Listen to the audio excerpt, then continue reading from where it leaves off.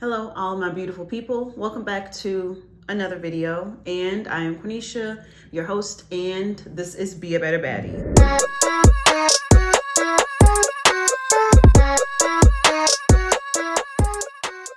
So today we're going to be talking about cheap friendships. If you've listened to my podcast before, then you've heard the episode, I think it's called Cheap Men Are the Root of Evil.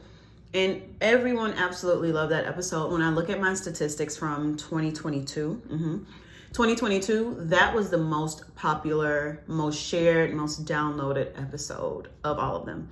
So you guys really like that, but I do want to talk about what happens when you are the cheap one. What are the consequences of you being cheap?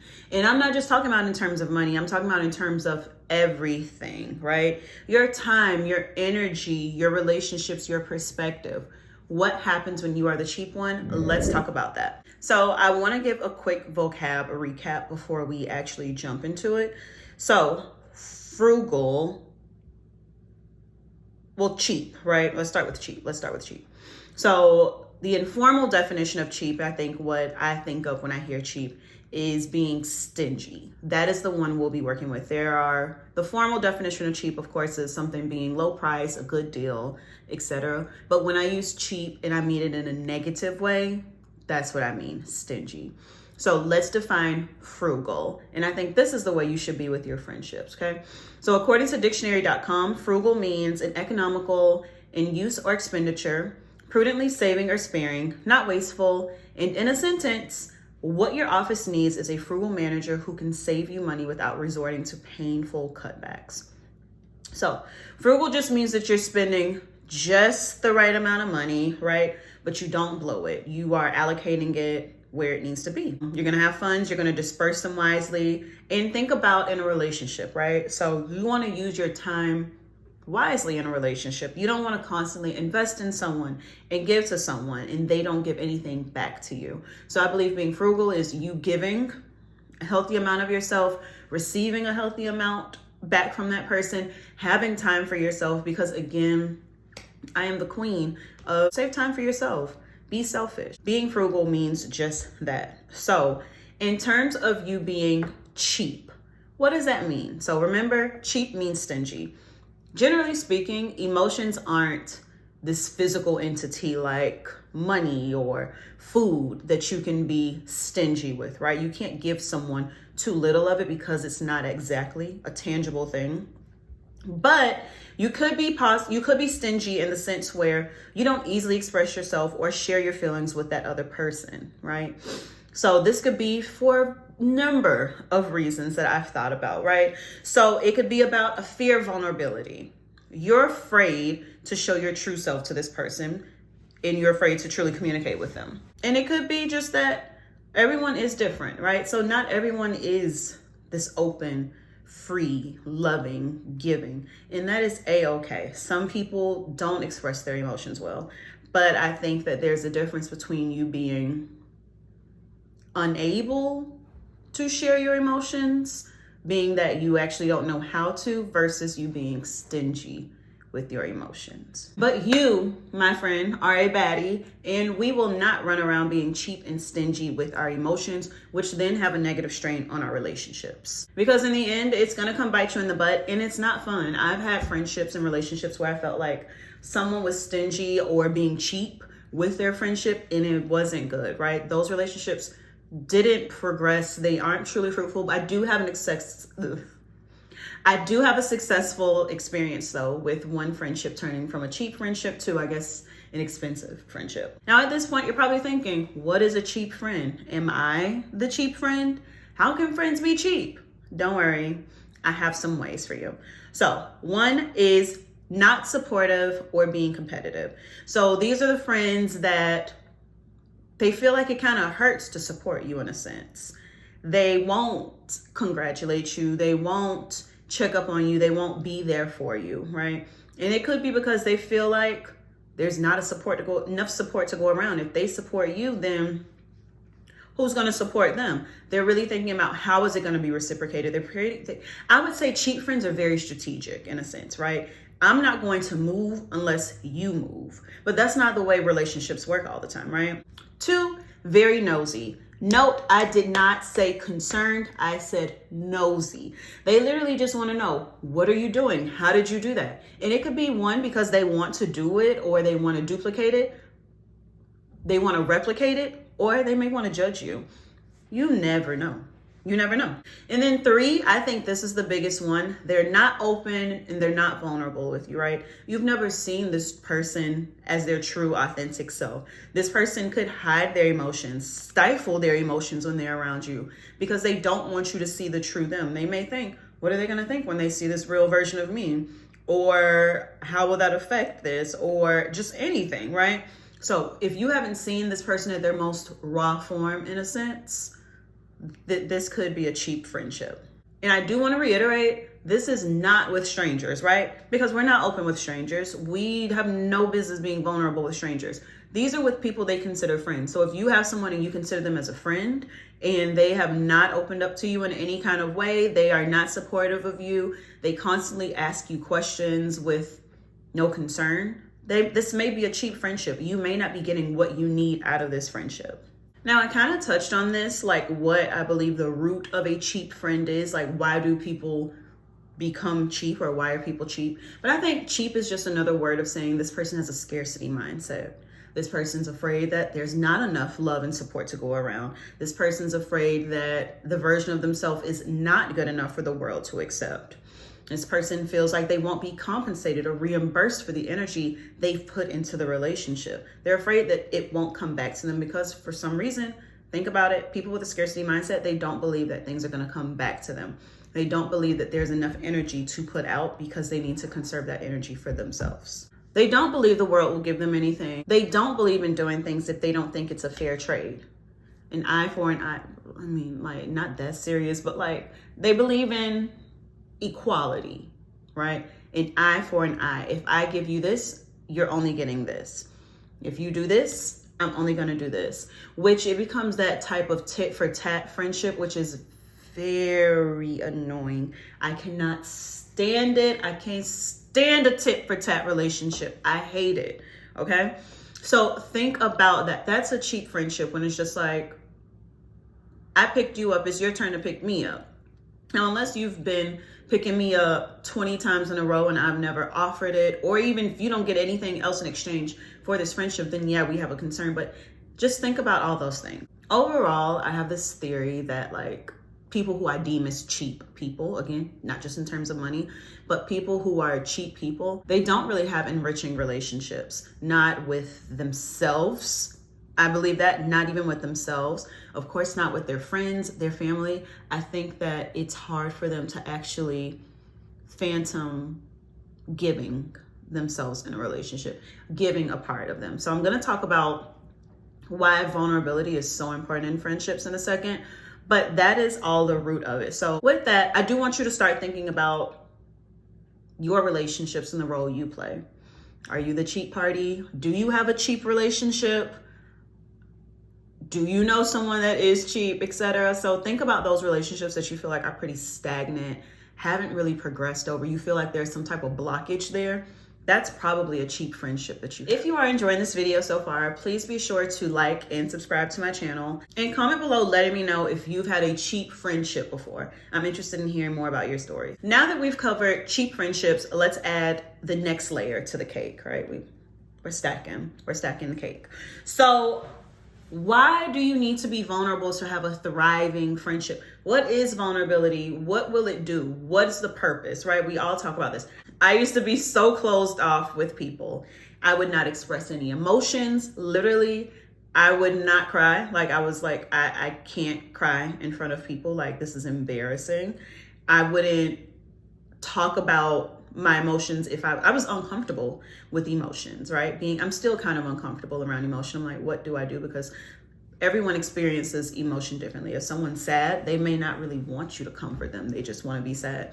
But even happiness, like I didn't really know how to experience those things. But over time, I've gotten better. I love expressing emotion.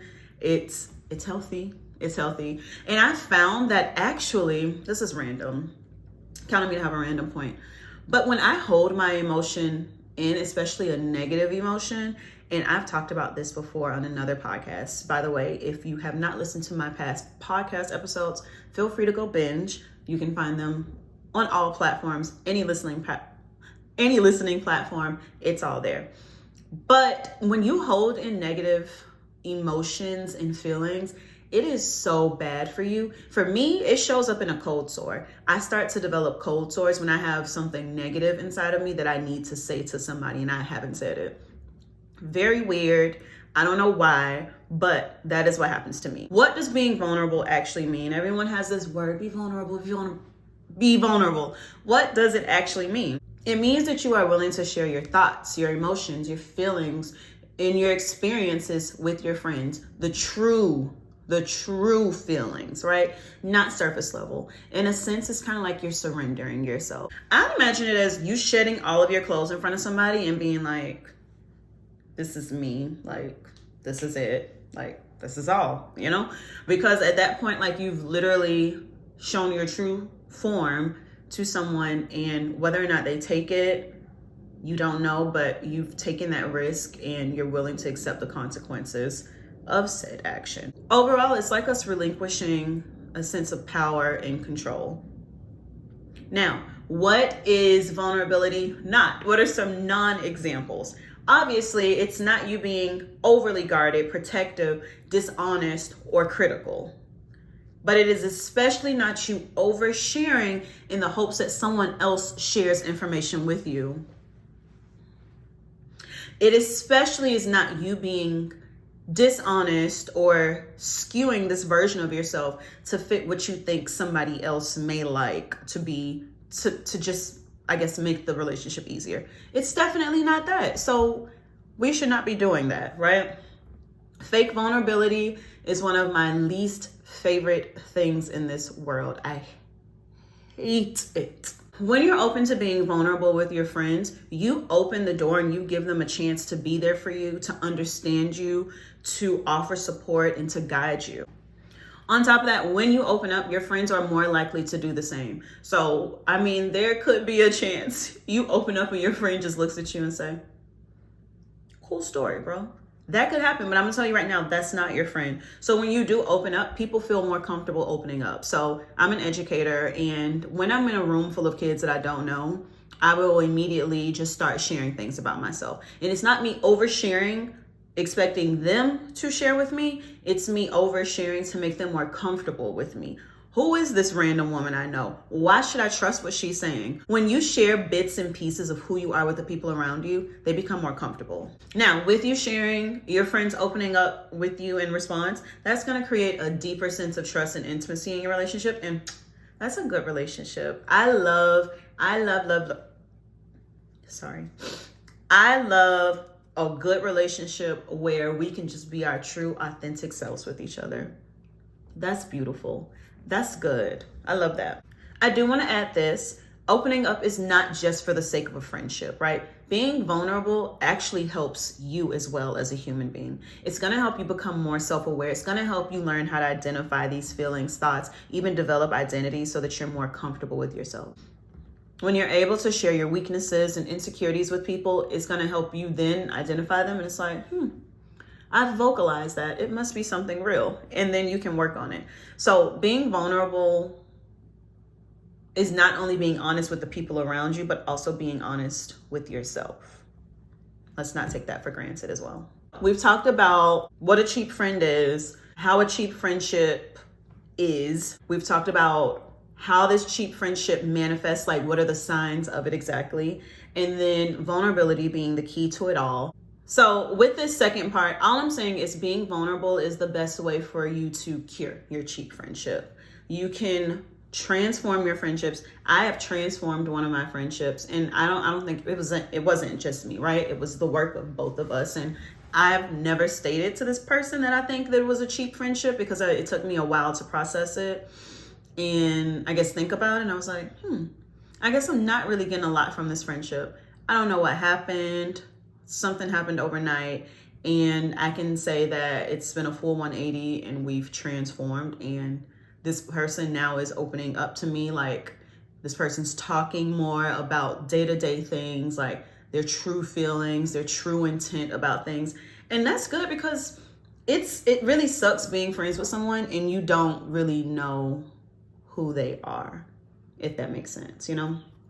So I think this is definitely important in female relationships, because women, we rely on our same-sex friendships for emotional support. If I don't know your true emotions, or you don't know my true emotions, or how I like to receive support or anything like that, I don't think that we can really truly be there for each other 100%. As you're on this journey to becoming more vulnerable in your friendships, I do have a couple things that I want you to keep in mind that will, I guess, help you be prepared for this journey. One, start small. There is no reason for you to open up about your childhood trauma immediately with you wanting to become closer to somebody or break that barrier, right? So start small, expressing your feelings or talking about those less personal things about yourself, and build up to more sensitive topics as you become more comfortable. It could be a small personal thing, how you feel about your birthday or holidays, right? Some people don't like to celebrate their birthday. You can share that with your friends, right? Like, they have a birthday coming up, or not when they have a birthday coming up, but like when your birthday's coming up or something, you know, I really don't like to do anything really, like I just want to do this, you know. That is you. That's a small, less personal thing. You don't need to jump into like why you hate your birthday, etc. I don't know why you said example, but start small before you go into, I hate my birthday because as a child, everyone forgot my birthday. That may make the person want to do something for you, or I mean, it would make me, you know. So probably a bad example, but start small. Two, find the right people. You need to learn how to decipher. Everyone doesn't want to hear your story, and everybody can't hear your story, right? Everyone's not going to take your story the same way as you hope they would. Everyone's not going to even listen to your story, right?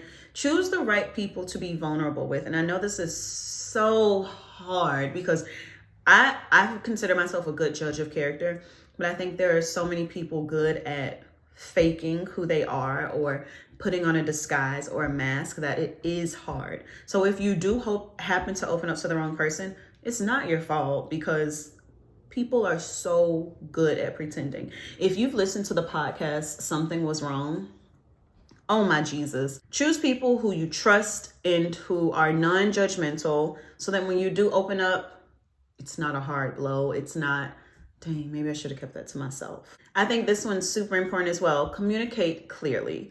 So whatever you do share with people, talk about why you are sharing that and what you want them to do with that information. Maybe it's just for you to vent. So I want to go back to the birthday thing, right? Maybe you are afraid to celebrate your birthday because you subconsciously feel like people don't care about your birthday, because growing up, your mom and dad always forgot your birthday and it was never celebrated. So now as an adult, you may feel like, well, my mom and dad didn't care about me, then they might not care about me. So why should I make a big deal out of my birthday? If you feel like you want to start celebrating your birthday then, and when you share with that friend that, hey, like historically, I've hated birthdays because XYZ, you share as much as you feel comfortable sharing. And that person then says, no, like, we want to celebrate you. If that's not what you want, then say, no, like, I really don't feel comfortable with it. Like, you know, we can do a one-on-one thing or something like that. Communicate clearly and set what you want, because people hear information and they can interpret it in a multitude of different ways, and they can interpret your intent. Sometimes it's misaligned, sometimes it is aligned, right? So be sure to communicate clearly, be clear and specific about what you're sharing, why you're sharing it, so you can help others respond more appropriately. This is the most important one, and this is just a part of being human. Prepare for rejection. Not everyone that you share with is ready for your level of vulnerability, ready to even hear anything different. They may just want to keep a surface level relationship, and that is okay. Understand that not everyone will be open to it. Surround yourself with the right people so that you can have those wonderful benefits of opening up to someone positive that will positively impact not only your friendships, but also yourself. Thank you for watching all the way to the end. If you do want to hear more of my thoughts, please be sure to go find my podcast wherever you listen. I have a plethora of content now on the channel. It's not a plethora. It's 4 videos. But 4 videos is a lot. So find my podcast. We can also connect on Instagram and or TikTok. All my handles will be left in the show notes as well. And I hope you have a positively productive day, baddies. Also, last thing, if you are looking for a community of like-minded women, I've started a Telegram because I've ran into the issue that I have so many different people that listen to my podcast, but they don't have anywhere to connect. So I know YouTube may solve that problem with bringing people here and they can connect. But if you want to join my Telegram group so that you can talk about the content with people, I'm going to be in there as well. We'll just be... Please be sure to join the Telegram group. That is also linked below. With that, I hope you have a positively productive day. Bye, baddies.